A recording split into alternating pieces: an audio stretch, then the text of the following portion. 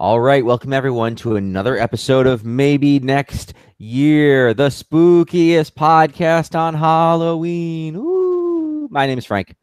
I'm Scott. I'm petrifying, Paul. That's the best I could improv. We have, just so people know, we have Scott on the road in the middle the scariest place of all. Yes. We won't Omaha. Yes. He's on his way, obviously, to Lincoln and some other big college towns because Scott, for the people who are on Patreon and send us the PayPal money, we put all of that into Scott's scouting report that he puts together every year. And he's staying in a hotel and he's getting a lot of good information.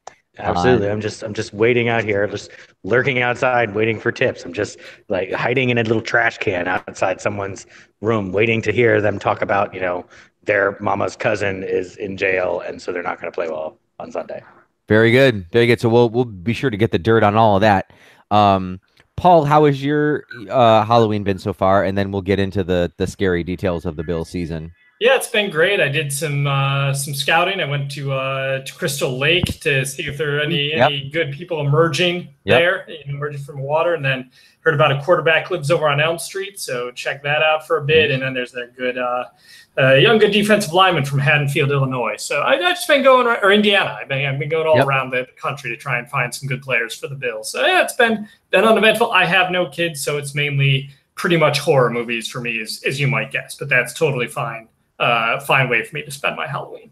Very good, very good. And I am too scared to watch horror movies, so you're a better man than I. But I did watch one horror movie this week. Do you guys know which one it was? Oh, is it that one that was Monday night on ESPN? It was. It was the New England Buffalo Massacre Part 29. Yeah, I went to see the Halloween movie by myself on Friday. Not as terrifying as what I witnessed Monday night. Yeah. So it's amazing that after all these sequels that it still has the punch that it does. But the Bills lose. You know what? I don't want to say it was in horrifying fashion, right? The score is 25-6. I also don't want to say it was closer than the score looks, but it certainly was closer for longer than the score looks. It was a 3-point game or a 6-point game going into the fourth quarter before New England blows it open. The Bills had held, the Patriots offense to 9 points going into the 12 points going into the fourth quarter. They of course only mustered 6 the whole evening. Then they gave up what was probably the back-breaking touchdown with James White's rush, and then the nail in the coffin. As the Bills started to sit up again after they had been shot 10 times, the hero Patriots turned around and put the final, bullet in the forehead with a pick 6, something they hadn't done in at least 40 games, because we had to hear about how that was their first defensive touchdown in 40 games, returned the ball 84 yards. Bills defense was one story, the Bills offense, a whole other story. And amazingly, at the end of the game, Derek Anderson goes out with a concussion. And as awful as it was, there's a good chance it's going to look worse next week. Somehow this team might look worse with Nathan Peterman starting. But let's go to Scott on the ground in Omaha. If you could give us your impressions of the Monday night game and what you made of it. It was I was really hoping that I knew I had to get up early the next morning, and I was really hoping it would be, the Patriots are up 35-0 in the first quarter. I can go to sleep. Yep. And of course, that's not what happened, because that never happens when you want it to happen. When you've got all the time in the world to watch the game, that's when they lose by 40 in the first quarter.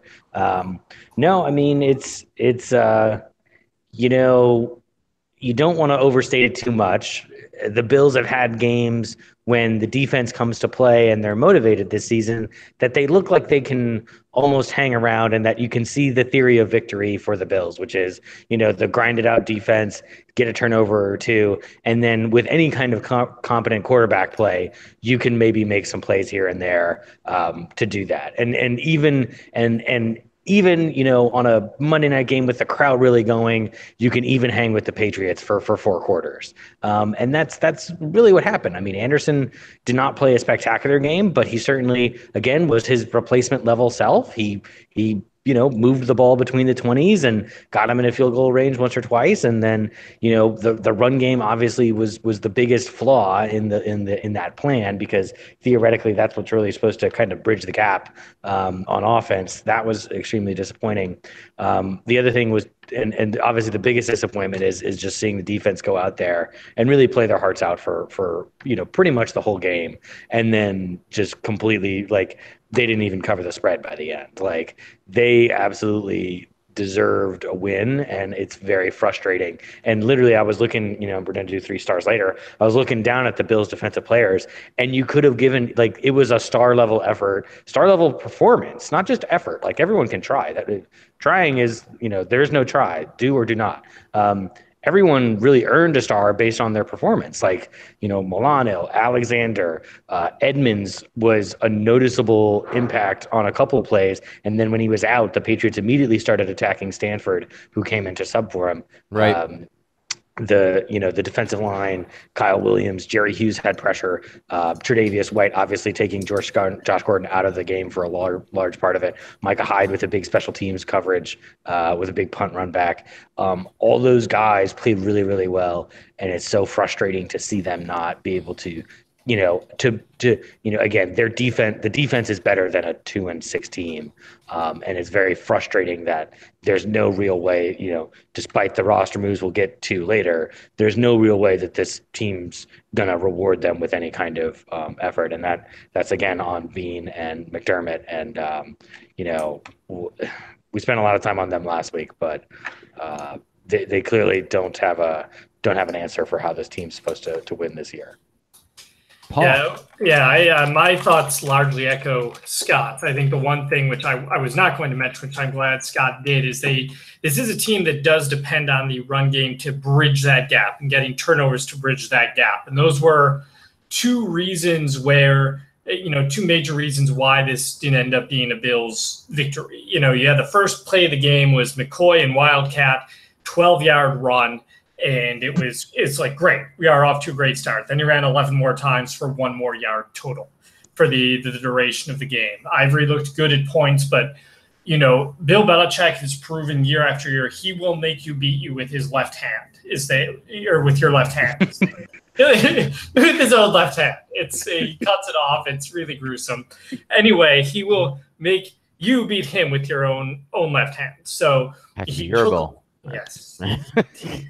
On defense, that means he took away the Bills' run game. They put a bunch of people in the box, dared Anderson to beat them. He did miss the flea flicker to Clay. It could have been a difference maker. He did do a lot of check down passes, but as Scott mentioned, he was largely his replacement level self, which is unfortunately not good enough to really do anything against the Patriots, except to get them into field goal range and kick a couple of field goals. And on offense for Belichick, it meant not turning over the ball. When the Bills have beaten Tom Brady in Buffalo, both games we had 4 interceptions where they beat him. So, we probably said to Tom, don't, he probably even said, not to take too many chances. They're a solid defense. Do you got to do, move it down the field. I think it was something I read was the, lowest TD rating or lowest quarterback rating for Brady in a game where, he threw for over 300 yards and his team won, and, he threw no touchdowns. Some bizarre stat, but it comes down to the fact that it was,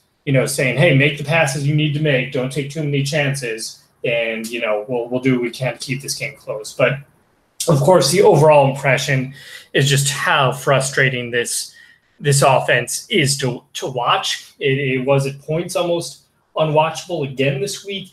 They need McCoy to play better. They need the offensive linemen to do better. They need, maybe give the ball to Ivory a little bit more. And the quarterbacks just need to do something, do anything. And that was, I used to yell at the bar, do something competent. But I don't even need competent at this point. I just need something, something at all that moves a ball forward a few yards. And it is so, it's discouraging to watch them go out week after week. And really, you can't point to a single good offensive game this season. They had some moments in the second half against the Chargers.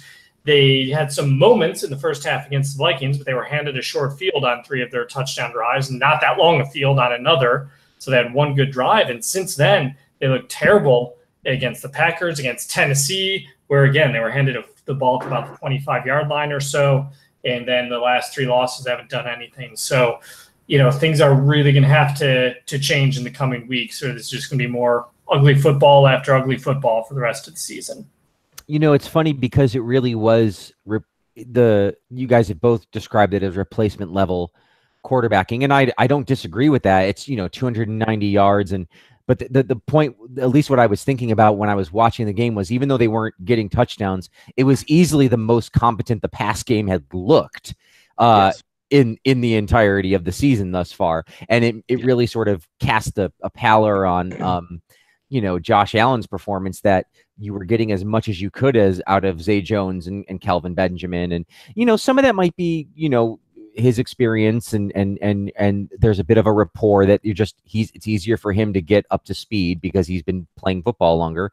And some of it might just be, I don't want to say that he's a better quarterback than Josh Allen, but certainly that, that maybe they were finally trying harder, like they were finally like fed up of sucking. And so that, that they gave it a real go, but they still couldn't score points. McCoy, nothing on the ground, a little bit in the leading receiver in the air. But to see them even just make some of the attempts, I was sort of encouraged, and I kept thinking that, they were going to break it through. They never did. The defense too, obviously, I know when I felt they lost, it was Milano just misses the interception. It's tipped up.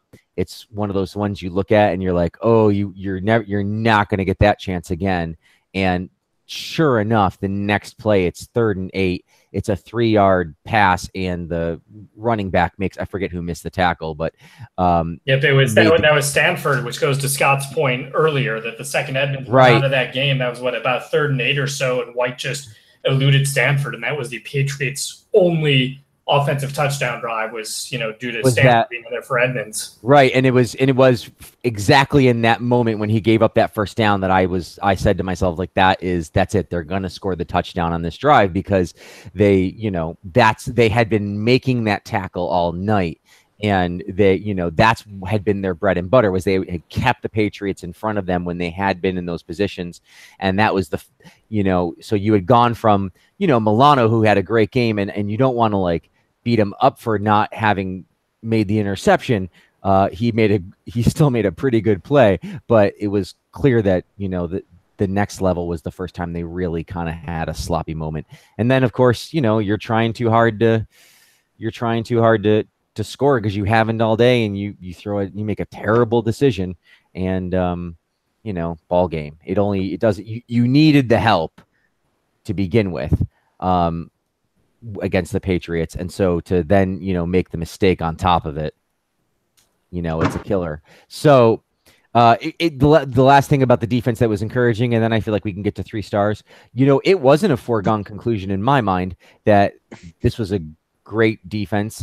If you watch what Indianapolis did to them, I was concerned that they were garbage too. And so very sad to see Tremaine Edmonds go out, but it was very good effort against a great team, a perennial great team, and still a good offense. So kudos to the defense. I feel like they at least redeemed themselves, but man, oh man, there's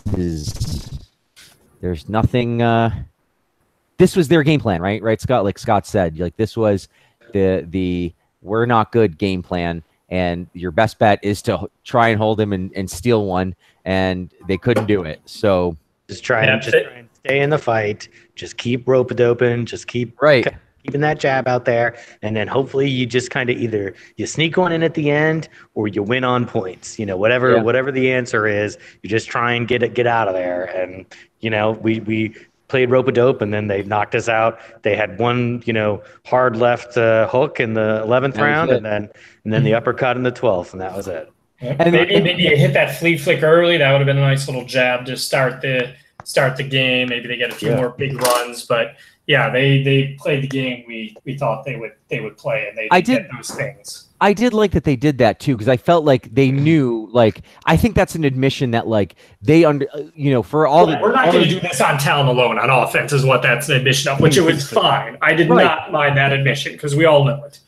Right, and it's an honest admission that that this is our game. This is our best and only chance. Is this? We probably wish we had a better game plan and better talent, and we know that that's a problem because we're going to beat them up and rightfully and keep beating them up for the roster they've put together. This is their fault. But when you're in the thick of it, you've got to come up with some sort of game plan. So the fact that they were willing to try a couple of things early and to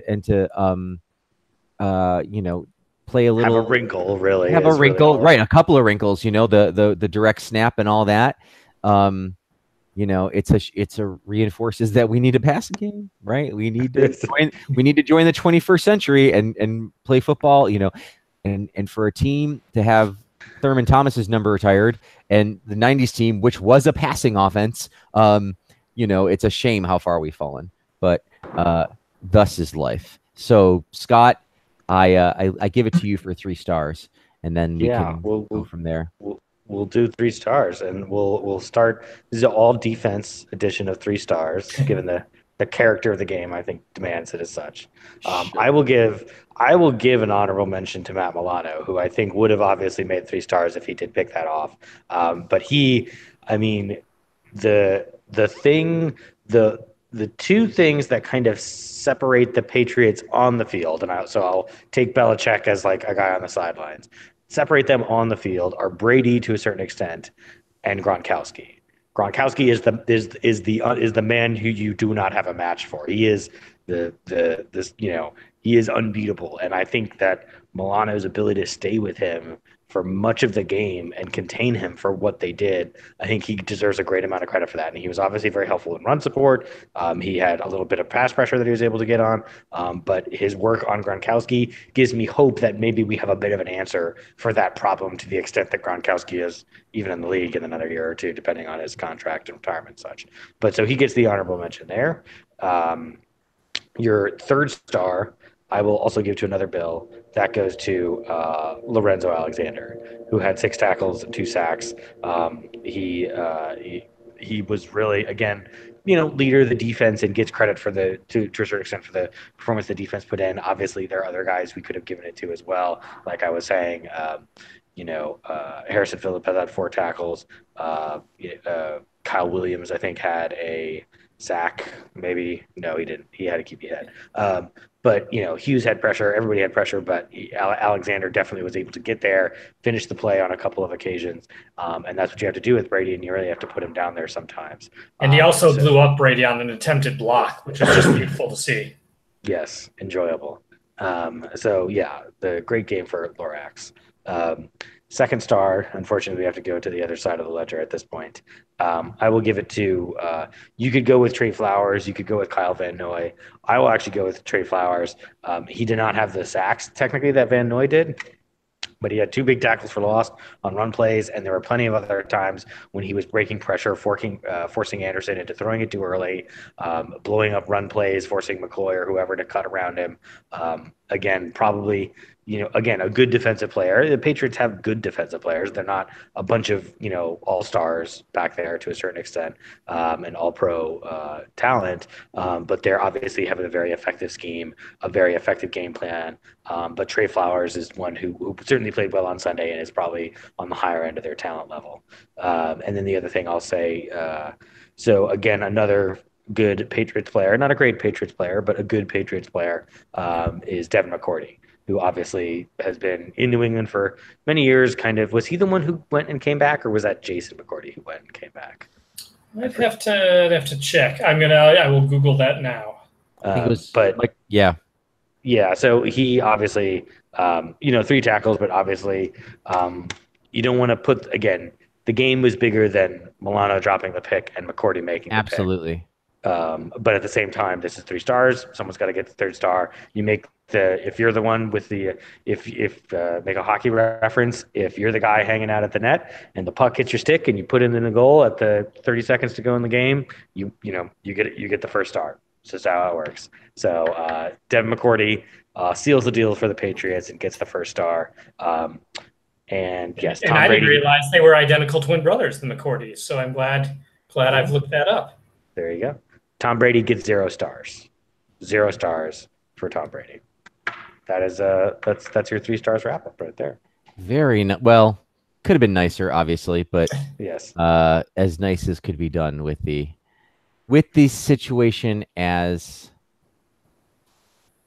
done. Okay, so let's move on to let's go to the trade deadline and the roster moves that have been made, and then we'll come back to the topic du jour, the freak out topic.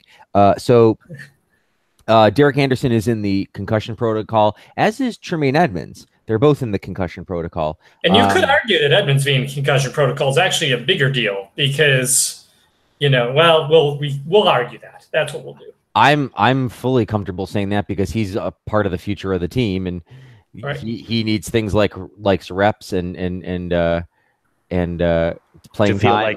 To feel like his career has many years in front of him, and he's not going to, lose his mind quite literally in the next 3 years playing football. Right. So America, but also that the big thing with Anderson going down is, that left us one healthy quarterback on the roster. I say healthy and I say quarterback in quotes. Healthy is not so much in quotes, but quarterback is in quotes. Well, he may be healthy right now, but he won't be in a matter of weeks. No, what happens when you line up behind center for the Buffalo Bills. Yes, Nathan Peterman once again rising from the grave to in true horror fashion take the helm. Most likely on Sunday. This is, of course, Tuesday night or Wednesday night, and so we don't know for sure.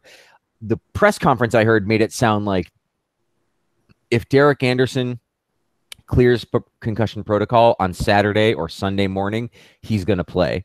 That's what McDermott sounded like to me. But in anticipation of only having one quarterback available, they signed Matt Barkley to a 1-year deal. They also signed Terrell Pryor Sr., wide receiver with quarterback play, to a year's deal. And Colton Schmidt is in because the punter who I can now never say properly, Corey Bojorquez, is also going to be unavailable. So we started with Scott with the game. Let's start with Paul on these roster moves. Putting Peterman to the side for the moment. Comment on these roster moves. And include the fact that the Bills made no trades of their tradable assets, including LaShawn McCoy, Kelvin Benjamin, despite apparently fielding offers on LaShawn McCoy. Feel free to talk about that too. Yeah, and I'll start with the non-trade aspect of it. I get this a little more. Jerry Sullivan, lo and behold, actually made a correct assertion in his article on the Bills' lack of activity at the trade deadline, though then he went off on his usual tangents and made no sense and everything else. But, the Bills are planning to win football games next year. And we've talked on the podcast before about this window not being as big as, a lot of people think it's going to be. So winning next year, maybe not the whole thing, but being a legitimate playoff contender is, in the cards for what the Bills' plan is. So I wasn't opposed to them keeping McCoy at the deadline because when you trade him away, and I made this point on Twitter, it's just going to create another hole that an already awful offense needs to fill. And as we talked about on the last podcast, I had no opposition at all. If they could get good value for him, and I mean at least like a second-round pick, I would think, then trade him. But let's be honest, if you're trading for him and you're another team, the second-round pick is probably not fair to you unless you're John Gruden, in which you just don't know how to trade. But, I understand why it didn't fall through. The Bills were saying if we're going to create a hole on an offense filled with holes, we're going to need to be well compensated for it. And the teams that wanted him were like, this is a 30-year-old running back. He's going to be 30-plus soon. He's under contract for only one more season. So we're not going to give up a lot for him. So I think that's probably how that got deadlocked, and I'm fine with the Bills not wanting to create another hole on offense. Because when you think about it, yeah, your third-round picks can turn out really well sometime, but is that third-round pick going to be as good for the Bills long-term as the potential is for LaShawn McCoy to be good the rest of this season and next season? It's debatable, but at least I understand the lack of activity. And I think Benjamin, I just don't think there was any interest. A lot of people are on the Bills for that. I think you could have asked for a bag of balls, and I don't think people would have taken on his contract for the rest of the season for a guy who's done nothing. So that was my assessment on that front. I guess the Bills didn't really explore any trades for people. They are obviously mining the free agent wire to get people like Terrell Pryor. I like this this move, and it's the same reason I didn't mind the Corey Coleman move, trading for a 7th rounder in 2020 or whatever, which was essentially like, there's nothing wrong with taking a flyer. This is even better than that because Pryor has shown that he can succeed at the NFL level, and the Bills didn't have to give anything up in order to get him on the roster. Now, I'm also a realist. After his 2016 season, he did nothing of note last year. The Jets, who aren't exactly, a receiver-heavy team, when he had the slightest groin injury, decided we're just going to cut him anyway. And so I don't necessarily see him rising to the next level. If you saw his interview with BuffaloBills.com, he talks a good game. He has no problem cursing in an interview, so you like that. So, but again, you lose nothing here. He makes your receiver core better just by his mere existence as someone who succeeded at the NFL level, which the Bills don't have on their current staff of receivers. If you want to, maybe you could count Benjamin having slightly succeeded before. So I like the Pryor signing. I like, before we get on to, the Barkley signing, I'll mention Colton Schmidt. He was tailgating for the Bills week 1 after they cut him. I like that spirit. So I'm glad to have him back in the fold. I'm not as anti-Bajorquez as a lot of fans, but, I think Colton's going to do fine. The quarterbacks. So Barkley, again, the Bills' line on this is that he had played more recently than some of the other options out there who may or may not like to kneel during national anthems. So, there is some logic in that, but they found like the only quarterback who throws interceptions at the same rate as Nathan Peterman does on the street. So they weren't going to – I understand, okay, you don't want to trade and give up assets for a guy who's not your long-term plan, as a second or third string on another roster. But it's, to me, this is just – I don't know. It's so tough to even – this is kind of like saying, well, the Bills signed a guy named Jeff Toole or that. Like, this guy's not a part of the team after this season. Remember they had Vince Young and Matt Leinart on the team at the same time for like literally less than a week. Oh yeah, Matt Leinart. Oh man. Yeah, I feel that way about Barkley too. It almost. I need to address it, but I don't want to waste too much breath on him and just say that. Yeah, he's a guy, and he's a guy that they're just going to put in a spot if Peterman fails and Anderson doesn't recover in time. But it's also very possible we're never going to see him in a Bills uniform. But the quarterback situation is a mess, and the Barkley signing doesn't really do anything to address it, even though I have no general opposition to getting him on the roster. So the biggest impact to me of the roster moves and the no trading is that the next time that a major TV network broadcasting a Bills game wants to put up a completely random graphic of Bills quarterbacks on Niagara Falls for some reason, they'll have another person to put on like a barrel or something going over the falls because Barkley will be part of the crew at that point. So I think those graphics were freaking crazy. I don't know where those came from. The haunted house one, it didn't really make any sense. Like, why is it a haunted house? Just because Tom Brady jumping through a table, that really made the least sense of all. I got to say, I liked the Niagara Falls one, but the table one was nonsense. Yes, absolutely. It was like Josh Allen kind of chilling on a toucan, I think, was floating around in there. I'm trying to remember the graphic exactly. It was a raft of some sort. My wife and I were trying to determine what type of bird it was. Yeah, and then it's like Tyrod goes over the thing on the kayak, but we traded him, so wouldn't he be going up the river as opposed to? I'm very confused. I thought it was kind of funny how AJ McCarron suddenly Tyrod just goes. He seems like I'm all in and I'm gonna go over the edge, and AJ McCarron is at the last second oh my god, my hands, and then and. Right. So you had just maybe they were doing that on Monday Night Football all this year, and I just haven't been paying attention because I've. Yeah, I never noticed it before, but maybe they have been, and this is why we just watch Monday Night Football. Late, welcome to the party, pal, as Officer Al would say. Anyway, so Paul obviously made a lot of good points. I mean, to me, this kind of gets a little bit to the last thing I said last week of I wonder if McDermott can feel if he is mentally flexible enough to allow a trade of someone like McCoy, who is clearly the only one on the offense who has any real kind of game-breaking ability at this point, and that whether he feels like he can say we're serious about building a culture of winning on this team, and then go trade the only guy on the offense who's good. Like, I don't know if he can sell that to his locker room without losing the culture that he is trying to build. Now, again, they may not have gotten the price, and obviously we don't know exactly about the power dynamics. I still think McDermott's involved on all the big calls, and I think if Bean got an offer from McCoy, I don't think he's pulling the trigger without talking to McDermott and probably Pagula at that point.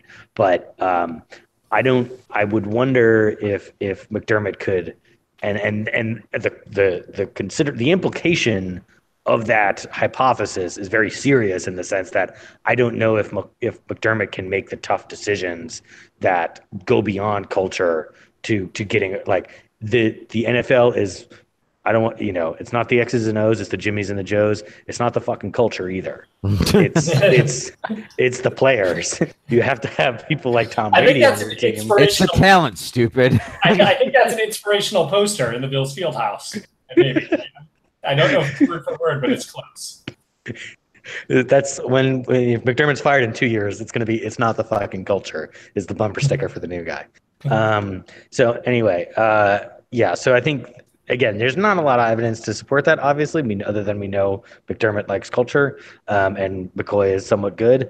So I don't want to belabor that too much. Right, and McCoy did hold himself accountable after the game, talking about how he was terrible. He was. Job, yeah. Well, he was not trying to pin it on the line or saying the offense generally was terrible. He pointed it right to himself. So, I think McDermott appreciates that accountability. Yeah, and the only other thing I'll add on the moves is, with Pryor, I kind of like this deal. I liked Pryor a year or two ago when he was with where was he? The Niners, Washington, the Redskins. Yeah, the Redskins. He was enjoyable to watch, and he's a guy who does have he has the quarterback background, as we know, from the Ohio State University, as many people there would call it. I like, guys who have played quarterback because it gives them a better understanding of the offense, a better understanding of how they mix into the field, what the coverage is trying to do, and how that kind of work. He obviously has the physical skills to play in the league. Obviously, it's just a short-term contract, but in the sense that he'll be a free agent after this season and we can get to try him out. Hopefully, we can see what he looks like in whatever the Daboll offense is. And if we like him, hopefully we can get, a little bit of I don't want to say hometown discounts, but at least we'll know, if we go out and re-sign him with some of that cap money as the number, if we move Zay Jones to the slot, I feel like Terrell Pryor is a good, solid number 2 receiver, or at least some combination of him and Zay Jones are a good number 2 and number 3. Now, obviously, Pryor probably not as effective in the slot. He's not as, shifty and kind of small as usually what you want there.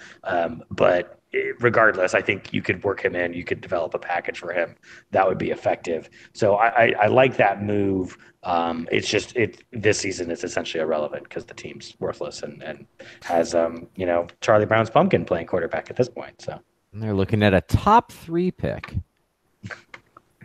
Woo! Although Mike Rodak did point out on Twitter that the Bills, by the ESPN metric, had the toughest schedule in the first half of the season, but have the easiest schedule the second half of the season. So we'll see how this ends up going. Yeah. We will see indeed. What else will we see? I don't have any different comments, I don't think, other than no, I don't have any different comments. I feel like we've had a nice discussion on that, and I'm not going to taint it with my nonsense. So Nathan Peterman, I just have this year as a moment to freely scream or be angry or once again lament, how does this man have a job? How have we not yet, signed a different court? Now, is there a chance that, let's say by the bye week. By the bye week, Matt Barkley has come along a little, and Derek Anderson's no longer in the concussion protocol. Do you think that finally makes Nathan Peterman superfluous, or do you think, or do you think Barkley's going to go, or Anderson or something? I mean, do you think that's how it'll go? What does Frank, it take? And I'll let Scott start, but I'll just open with a statement. Frank, you can't kill the boogeyman. Nathan Peterman. That's all I got to say. Sorry. Nathan Peterman, the Michael Myers of the Buffalo Bills, cannot be stopped. You can Peterman only lock him away. can- You can only injure him. Yeah. No, he is. I sacked him 6 times. Sorry, I had to get that I mean, the problem is that like you can so totally see McDermott selling it as like, look, Nathan has still got a bright future in this league. We're gonna stash him on the practice squad, or We like the way he works. On game We days, like the way he prepares. Exactly. Like we like that he's a white quarterback who shows up to work every day. Right. Like, whatever the answer He prays is, to the right God. He's. I mean, let's be blunt here. He babysits my kids on the weekends. Exactly. Like, whatever it is. He still has those naked pictures of my wife. But Peterman, again, it's like I can see Anderson sticking. Obviously, Allen, you can't cut. Barkley's got to hit the street. I don't know how it was. We thought we could get by with just the two of them. Again, that's a debate that will live on as long as these two guys are running the franchise, and they don't like get to the Super Bowl. Like if they get to the Super Bowl, okay, we can stop talking about the Peterman, Allen, battery to start off the 2018 season. But until then, that's going to be on the tombstone of this particular pair. Yeah, there was about a billion ways I could go with this, and I feel like I've said a lot of things in recent weeks, and I was about to begin with like, what bugs me about this, and I realized there's about a billion things to do, but I just want to focus on one thing specifically about the fact that he's the guy right now. Again, bothers me is that how low is the bar for him right now? Like legitimately, if he goes out and goes 9 of 24 for 101 yards with a touchdown and no picks, or a touchdown and 1 pick, or 8 of 17 for 81 yards and no interceptions and no touchdowns. Like, are we going to be like, you know what? He didn't turn the ball over as much. So, he at least broke the 100-yard barrier. I feel like he's got nowhere to go but up. And I think no matter how badly he does on Sunday and how much the team loses by, if they do in fact lose, because the Bears is generally okay as they've been. They have really shot themselves in the foot some games this year. He could literally throw 1 touchdown, 2 interceptions, go 18 of 40 for 140 yards, and it will be the best performance of his career if he finishes the game with those numbers. And if he finishes the game, period, which he has never done. He has never finished a game he has started. So, all of those things are just, they gnaw at me. And, I'd love for him to shut me up, because I thought last time for sure was his last chance, because they preach accountability so much. And that's one reason McCoy is still in the room, I think. But, I just can't understand why he's still around, man. I'm going to go out now and buy some cigarettes and take a drag of one and just say, I don't get it, man, over and over again, because I feel that's the only response to Nathan Peterman starting yet again this weekend. It's remarkable. Again, compare Derek Anderson's reasonable performance on Sunday night and in what was the most anemic offense ever, and then realize Nathan Peterman is leagues below that. Like, he is truly a negative experience. He's negative WAR. He is hurting your team on the field. It's a hard thing to do in this league, to be so bad, to be truly like, and at the most important position too. If you're a garbage running back and you're hurting your team, you can't hurt your team nearly as much as a garbage quarterback. You just can't. And the same with all sorts of positions. And he truly is just been awful. And to the point where Derek Anderson's 290 yards, also compare that to, I don't know. I mean, to be fair, let's talk about how bad Peterman is, but it's not as if there's a pantheon of great quarterbacks over the last 15 to 16 years here, but it's just really bad. And it's just the fact that they haven't found a way to address it sooner than this. And the only time they address quarterback at all is when they literally absolutely have to, and there are no other options, where, they were only going to go into a game with 1 quarterback. Like, that's the only time we've ever addressed quarterback, is pull this guy in off the street. And again, you could have pulled Matt Barkley in off the street 2 weeks ago, and he'd be that much further along, and you could get rid of Nathan Peterman. And I think Scott's right. It's pretty clear that that is not in the plans, and that's not what they want to do. They want to hold on to him because they've got some sort of hard on for his approach, and it's disappointing. It's very disappointing. I do enjoy the Nathan Peterman phenomenon, though. I feel like it was like it is officially called Petermania.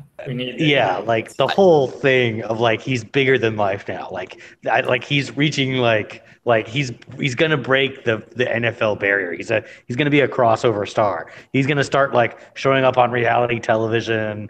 He's gonna be guest DJing on the weekends at clubs. It's gonna be a whole thing. I can't wait. There was a great it was on, I think, Reddit or maybe Twitter, a picture of Nathan Peterman holding a bowl of Halloween candy, and it said, "Happy Halloween, you can pick 6." Yeah. It was pretty good. So easy. So good. Easy. All right, now it's time for the Paul part of the show because we have This Day in Bills headlines and Facebook questions. Yeah, let's do Facebook questions first, and then we'll.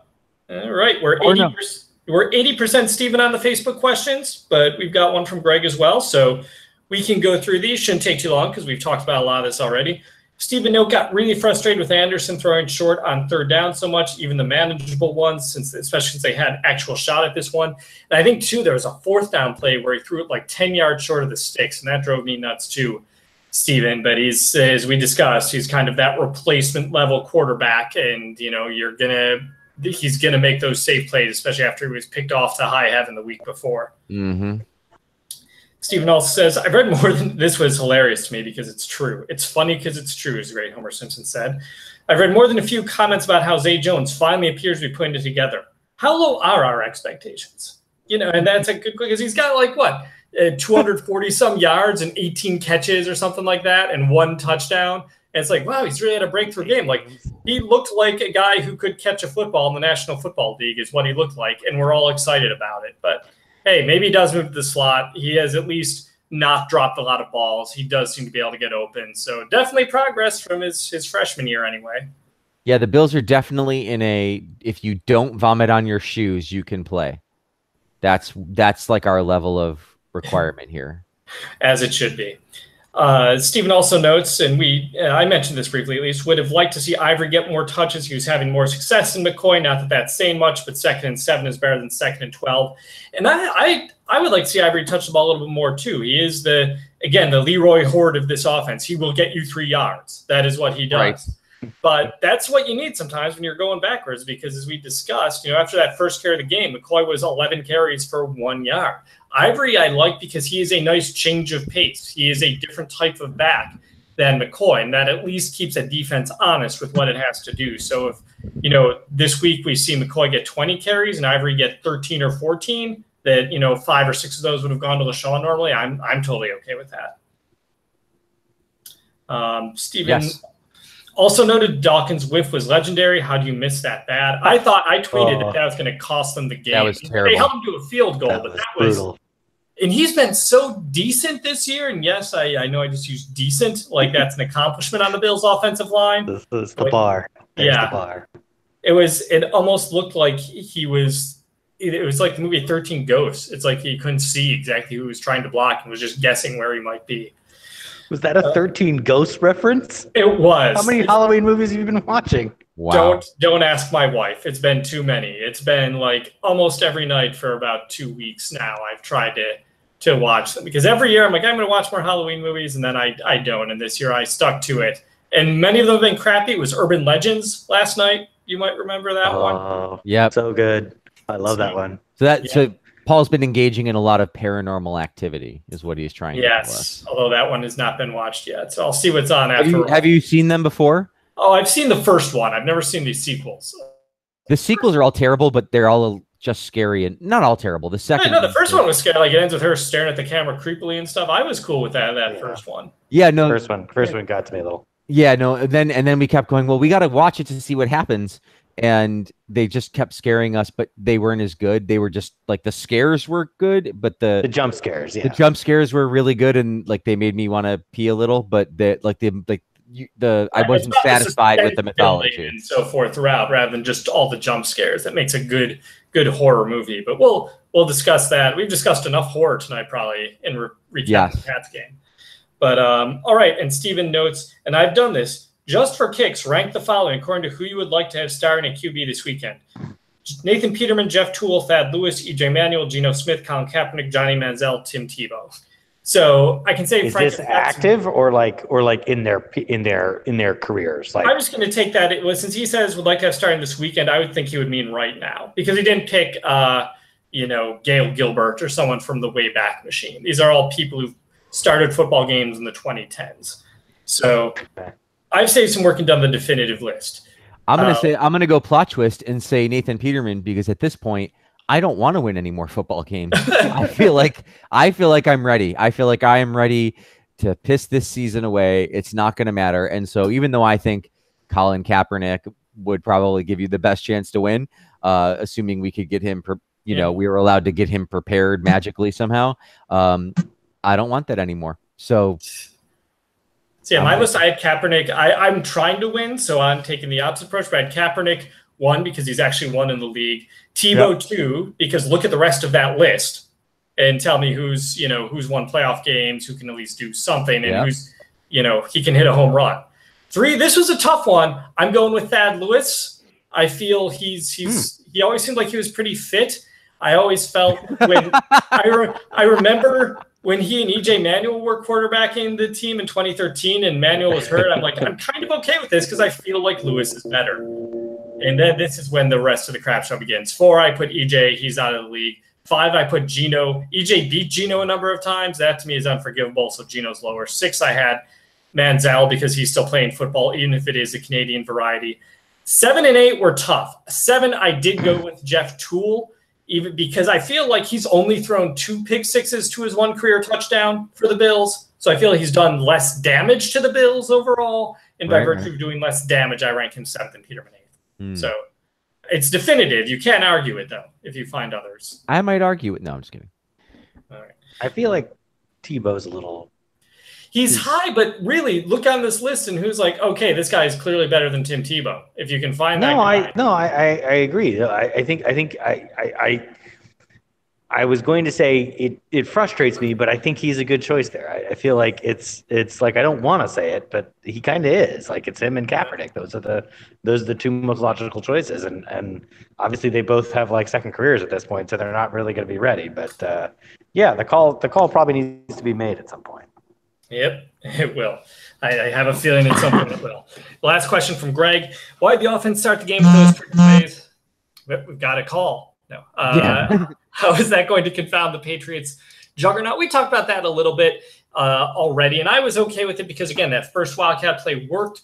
The flea flicker Clay was open down the sideline for what would have been a 30-yard gain if the pass were on target. And, again, when you're an inferior team talent-wise, you literally have to throw the kitchen sink at them. I was hoping they would replace football with the kitchen sink, and Derek Anderson would throw it at one point. That's what you need to do to beat the Patriots juggernaut. So maybe it's not necessarily going to fool them, but you've got to try everything when you are a 14-point home underdog against a team that's far better than you. And those were the Facebook questions. Very nice. I know we've given you a lot to talk about. Can you go ahead and get us on this day in Bills headline so we can move on to how much we think they'll lose to the Bears by? Yep, and we can whip through this. We didn't have about 8, it looks like, this week, not as many as usual. So we'll start. 2016, ex-Bill blank haunts former team as Patriot. 2016? Yep. Ex-Bill blank. Chris Hogan, right? Yeah. Chris Hogan. Good job, guys. That was a game where he burned Stephon Gilmore, and Stephon Gilmore looked back like it was someone else's fault. Now they're teammates and both playing well for the Patriots. Screw you both. Meaning Hogan and Gilmore, not you guys. 2014, blank named Offensive Rookie of the Month. 2014? Yep. Offensive Rookie of the Month.